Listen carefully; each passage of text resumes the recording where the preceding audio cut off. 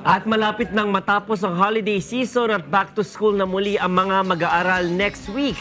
Pero ang problema, medyo mahaba ang naging pahinga at tiyak na may holiday hangover pa ang mga estudyante. Paano kaya ito maaalis? Dahil bagong taon ngayon, malamang na marami sa atin ang medyo tinatamad pa dahil sa hangover sa mga parties at kasiyahan sa nagdaang holidays.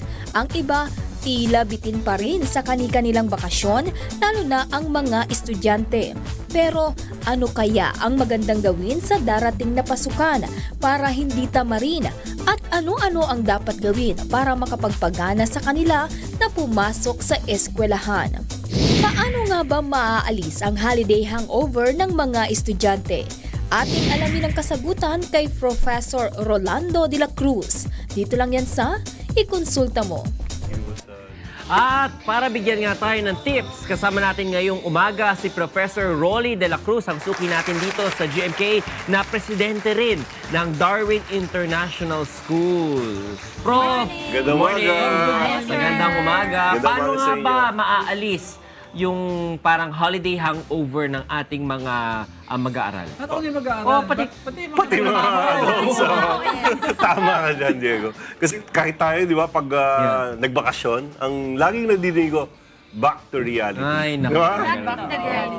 Oh, Just ikaw some- kagaling mo Europe, Oo back to nga. reality. Pero ako kasi lagi sinasabi ko, that is reality. Okay. This is reality. So, Everything's it doesn't reality. matter kung nasaan ako. Parang yung iba kasi, parang ang nakikita ko, yung pagpapahinga, it becomes an escape. Yeah. Ako tingin ko it should not even be just an escape eh. Parang it's part and parcel of being human. Diba buhay yun eh. Being holistic. So, we need to rest kasi kailangan natin mag-recover. Sa kung ano yung ginagawa natin, pagod tayo, you need to unwind, you need to have new thoughts. So, importante yun. So, that is reality. That should be part of reality. And not just an escape. Pero di ba, Prof, ang may drawback din pag hindi tama yung timing ng escape mo. For example, Tama. kasi may instances ako in the past, kunyari, mahaba bakasyon and I enjoyed it, di ba? Tapos, yung first day on the job mo, may depression talaga. Kasi, ay, Depression ka agad? Hindi, honestly. Depression ka agad? Sa pinanggalingan ko, hindi ganito to eh. Hindi traffic, hindi mainit. Lahat na pupuntiri ako, lahat ng kasama ko, pinag-compare mo. Does that happen? Can it be a setback na masyadong mahaba ang bakasyon? Yung mahaba talaga vacation, nakakaputol ng momentum eh. So that is true whether you're an adult or student. So nakakaputol talaga. So in that sense, may mga ibang eskwelahan ngayon nagsisimula na ng August. Oh, yeah. Tapos natatapos ng December. Yeah. So it's really a break for them. And then pagdating ng January, magsisimula na another semester. So in that sense, maganda yung pagkakaputol na yun. Kaya lang ang drawback naman din yung summer, mainit. Yeah. No, but we don't know yet. This is the first time na gagawin niya halimbawa ng UP. Understand other schools will start August also, beginning this school year. Eh sa mga ano naman, Prof, yung mga professor na katulad nyo or mga instructor, how do you ease the, yung parang burden nga ng first day ng pagbabalik ng eskwela sa mga estudyante? Alam mo, importanteng tanong yan eh. Kanina bago pa nga ako pumunta rito, nire-recall ko kung anong ginagawa namin sa school, sa Darwin. No?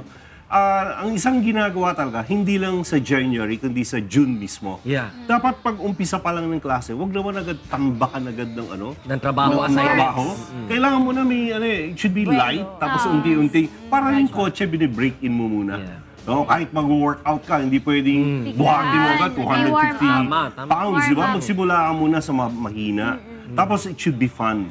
Kailangan may mga games, i-recall mo kung ano yung... Kaya classic dito yung ano yung ginawa ko sa Christmas vacation. What did you do during the Christmas break?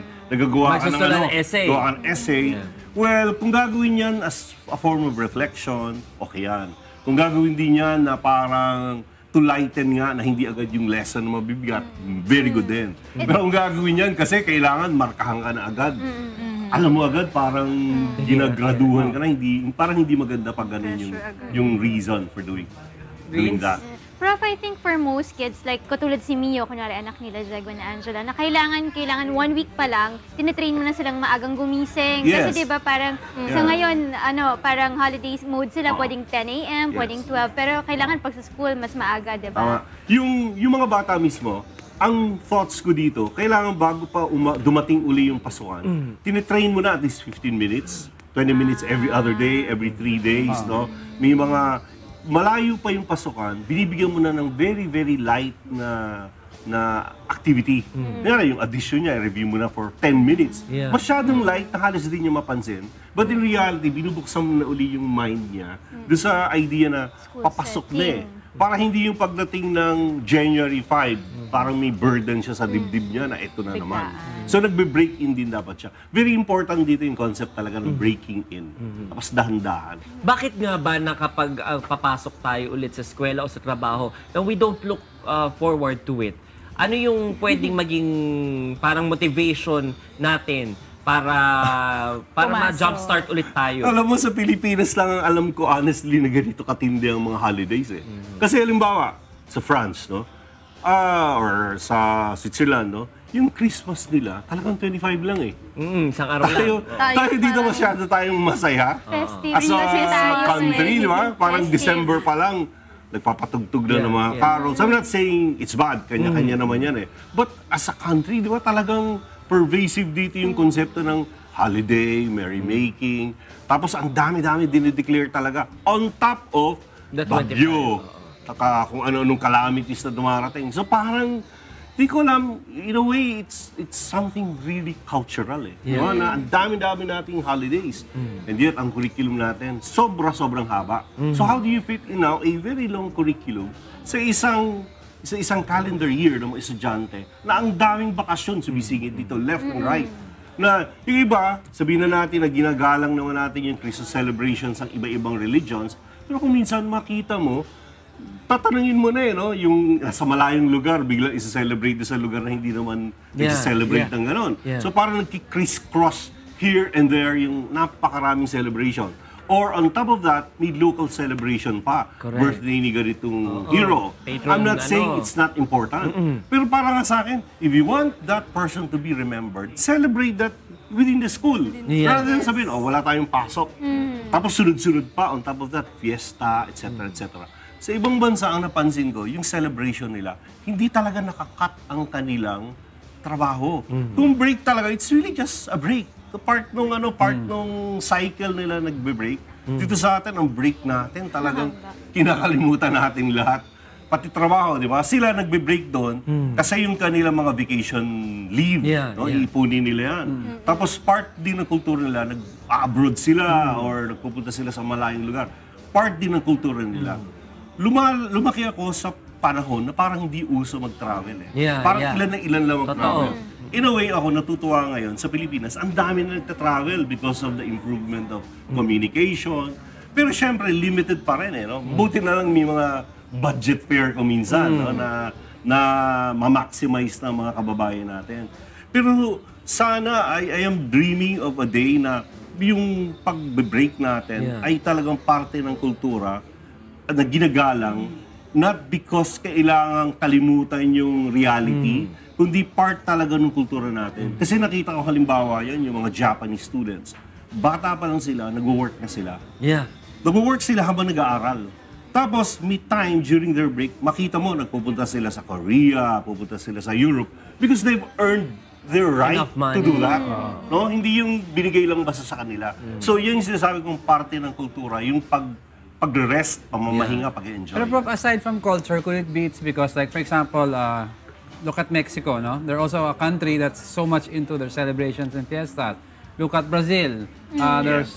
If you look at now these three countries, and the Philippines, they are what some people will classify as blue-collar class countries that face so much adversity throughout the year that any chance they get, kay Fiesta of the Langgam o Fiesta of ano, they celebrate it. Yeah. Not because they respect that break, but because they really want to escape what they call reality. Yes.